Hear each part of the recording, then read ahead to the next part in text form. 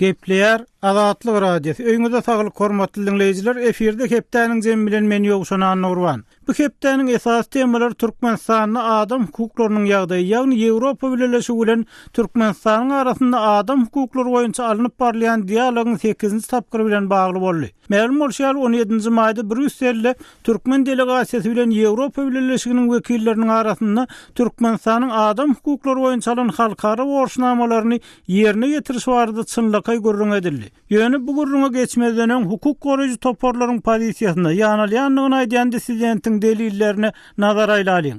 Sebäbi adam hukuklaryny goraýan Türkmen inisiatiwasy topar bilen adam hukuklary boýunça halkara hyzmatdaşlyk guramasy bu dialogyň geçjek gününe gawat ýürüýte beýanat ýaýradyp Türkmenistanyň hakykatda hiç ýyly hukuk goglaşmasynyň bolmanyna üns çekdi. Bu arada kardeşim Merdan Sariýewiň taýýarlan maglumatyndan bir bölegi kulak asadyň. Adam hukuklary boýunça Türkmen inisiatiwasynyň we adam hukuklary boýunça halkara hyzmatdaşlyk guramasynyň 17-nji maýda Brüsselde geçen dialogunyň öňü sireti ýaýradan beýanatynda ýurtdaky adam, jemgyýetçilik we media azatlyklarynyň ýagdaýlary beýan edilýär. Dokumentde Türkmen hökümetiniň ýurtdaky adam hukuklarynyň ýagdaýyny halkara standartlaryna gawat getirmek üçin iş yüzünde häzirki güne çelini hiç ýyl oňoýly özgörüşikleriň bolmandygy aýratyn bellenip geçilýär. Beýanaty taýýarlan guramalar Ýewropa resmiýetlerine ýüzlenip Türkmenistan bilen geçirilen dialogyň dowamında beýleki meseleler bilen birlikde özlerini aladalandyrýan ýagdaýlary hem gozgamagy soraýarlar.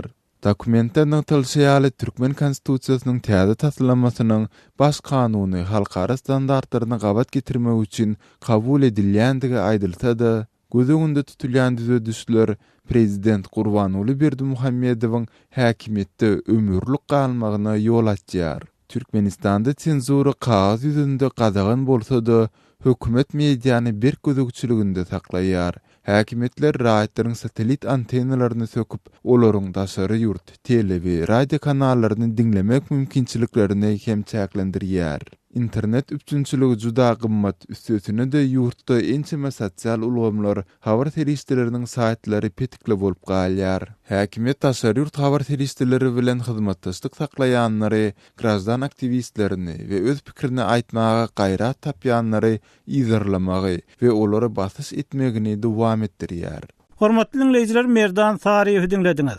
Odalky tutsak, häzir Ortiýetde ýaşaýan Akmuhammed Baýhanow hukuk toparlarynyň aladalaryny tasdiklap, Türkmen häkimetleriniň özüne we maşgalasyna pikir garaýşlar üçin baş edýänliklerini aýdýar. Kardeşim Muhammed Tahir Brüsselde geçen diyaloga gawat Akmuhammed Baýhanyň aýdýan basyşlarynyň anygyna ýetmäge synanyşdy. Brüsseldäki dialoga geçmeden öň bu söhbetdeşlikden hem bir bölegi bilelikde dinläliň. Akmuhammed şu gün Brüsselde adam hukuklary boýunça Ýewropa Birleşigi bilen Türkmen wekilleriniň arasynda gepleşik geçirilýär. Bu ýyllyk geçirilýän ýygnaklardan biri. Şol pursatyň çäginde de adam hukuklaryny goraýjy käbir guramalar Türkmen häkimetleri tarapyndan iýerlenýän adamlaryň ýagdaýyna üns çekip bir hasabat ýeredir. Şonda siziň adyňyz hem geçýär. Şu ýanamalar diýilende nähil ýagdaýlar başdan geçirýäňiz?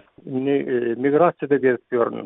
2010-njy ýylda Aşgabatyň etegindäki birdengi pasyologyny ýykyp başlanmak häkimet men öýmükdiler. Yaşamany yerim bolmady. Gapym agdyna duran köpek mal öz maşynama minip Türkiýe aşmaly boldum.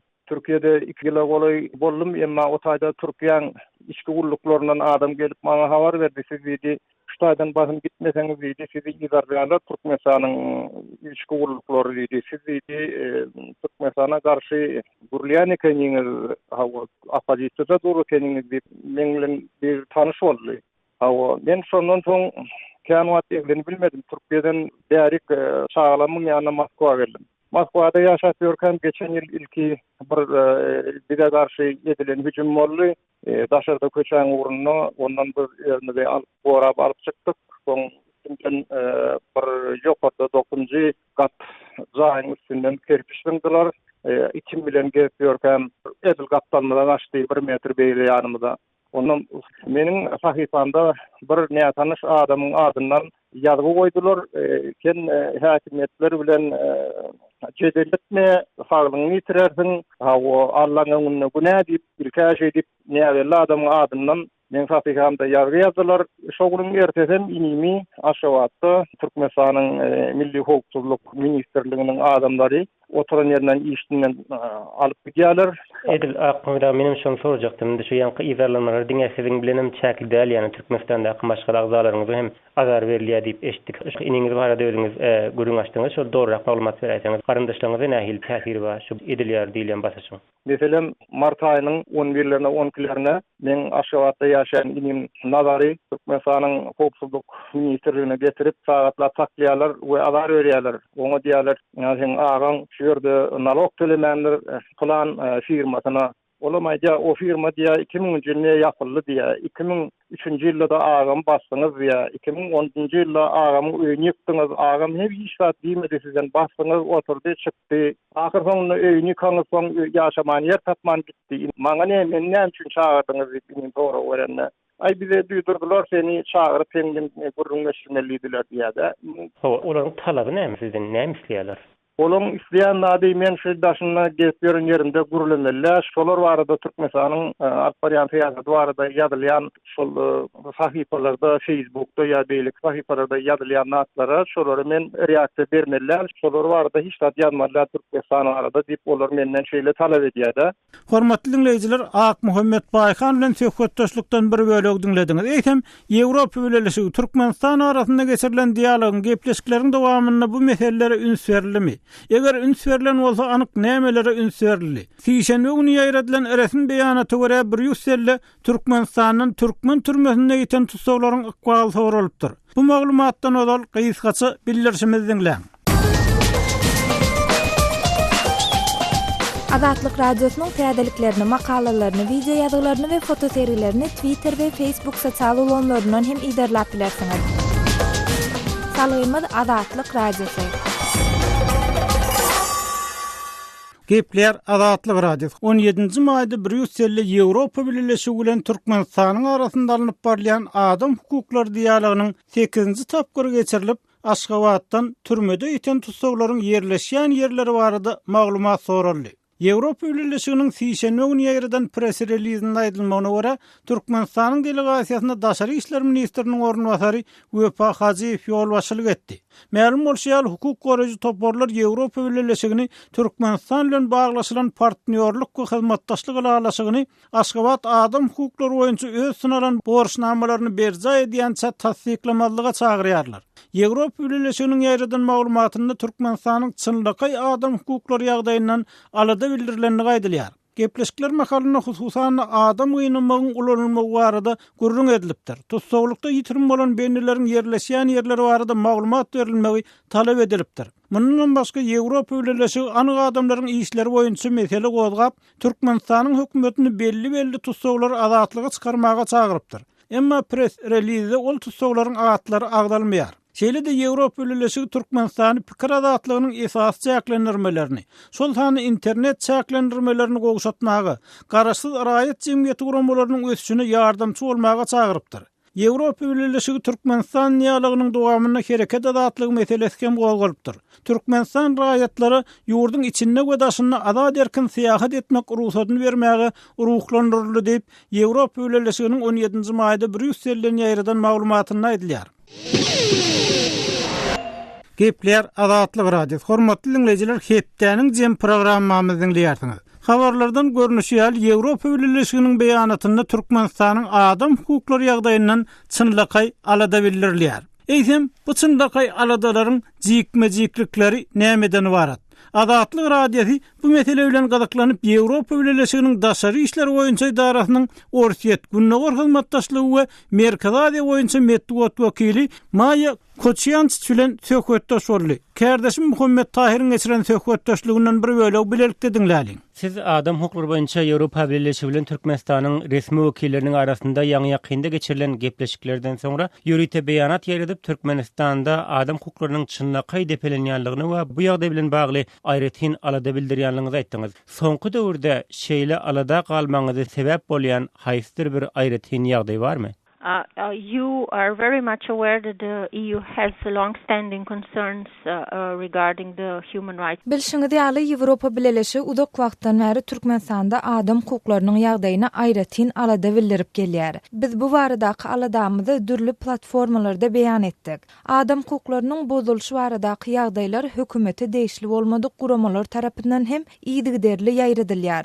Bu barada Birleşen Milletler Guramasynyň çäginde maslahat edilýär. Şeýle wakalar jurnalistler şol sanda sizin jurnalistleriniz tarapyndan hem dokumentleşdirilýär. Adam hukuklary boýunça Ýewropa Birleşigi bilen Türkmenistanyň arasynda geçirilýän ýyllyk ýygnamyzda bu aladalarymyza türkmen häkimetleriniň ýene bir gedek ünsüni çekdik. Bu aladalarymyzy gaty açaçan we konstruktiw ýagdaýda beýan etdik. Authorities and this last meeting was in this respect useful. Beýanatyňyzda käbir bendileriň esasanem türmede ýitirim bolanlygy aýdylýan bendileriň saklanýan ýerleri hakda hem türkmen wekillerinden takyk maglumat talap edendiňiz aýdylýar. Şeýle soraglaryňyza takyk jogap alyp bildiňizmi? Meselem Boris Şeýhmuradowyň ýagdaýy hakda nähili maglumat berdiler? We've on successive occasions encouraged Turkmenistan to share information on Türmede ýitirim bolan bendiler barada türkmen resmiýetlerinden dolu maglumat soradyk. Olar bu barada käbir maglumatlaram berdiler.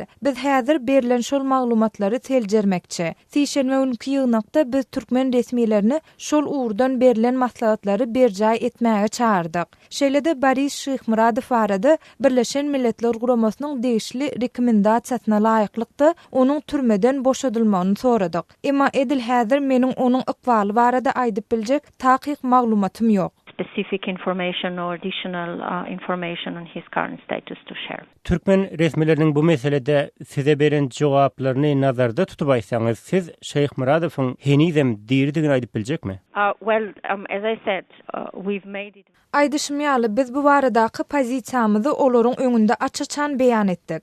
Emma öň hem aýdyşym ýaly onuň edil häzirki ýagdaýy barada bizde goşmaça maglumat ýok. As I said, we have no additional information on his current status. Bize has ýakynrak bir tema ünsüňizi çekip Azatlyk Radiosynyň türmedäki habarçysy Sapar Mehmet Nefes Gulyýewiň ýagdaýy hakda sorasym gelýär. O barada gürüň boldumy ýagnakda? Indeed, we requested ask for information on a significant number. Biz ençeme bendiler hakda takyk maglumatlar soradyk. Şeýle-de biz ençeme takyk ýagdaýy olaryň ünsüni çekdik. Olaryň arasynda Azatlyk Radiosynyň habarçysy Nefes Gulyýew hem bar. Bu ilkinji gedek däl. Mundan ozalky ýygnaklarda hem bu ýagdaýa türkmen resmiýetleriniň ünsüni çekipdik. Biz türkmen resmiýetleriniň ünsüni 2015-nji ýylyň dekabrynda Birleşen Milletler Guramasynyň eden etdilikli tutsaw etmelere gödäwçilik edýän iş toporunyň rekomendasiýasyna çekip Nefes Gulyýewiň boşadylmagyny talap etdik. Of the UN Working Group on Arbitrary Detention and to release him. Bizi aýratyn alada goýan zatlardan birim Nefes Gulyýewiň häzirki ýagdaýy barada nämelimligiň höküm sürmegi, onuň saglygy barada täzelik barmy? Resmiler bu hakda bir zat diýdilermi? Yes, of course, I'm very much aware of that. And as I said, the case... Elbette, aladaňyda düşünýäs. Nefes Gulyýewiň ýagdaýy gozally. Biz türkmen resmiýetlerinden onuň ýagdaýy bilen bagly berilen degişli rekomendasiýalara gulak asyp, onu boşatmaklaryny soradyk. Edil häzirki wagtda bu meselede goşmaça maglumat bermäge ýagdaýym ýok.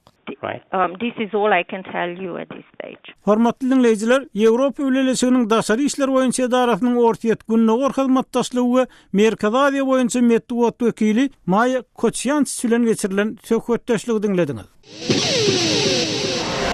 Gepler Azatlyk Radiosu. Hormatly dinleyijiler, şunuň bilen Hepdäniň jem programmamyzyň 1-nji böleginiň soňuna geldik. Onuň dowamynda dünýä türkmenleri gepleşigimiz bar. Men ýoksa Nurwan şu ýerde nowaty Türkiýede kawarçymyz Döwlet Baýhany berip siz bilen hoşlaşýaryn Azatlygyň tolkunlaryndan aýrylmaň.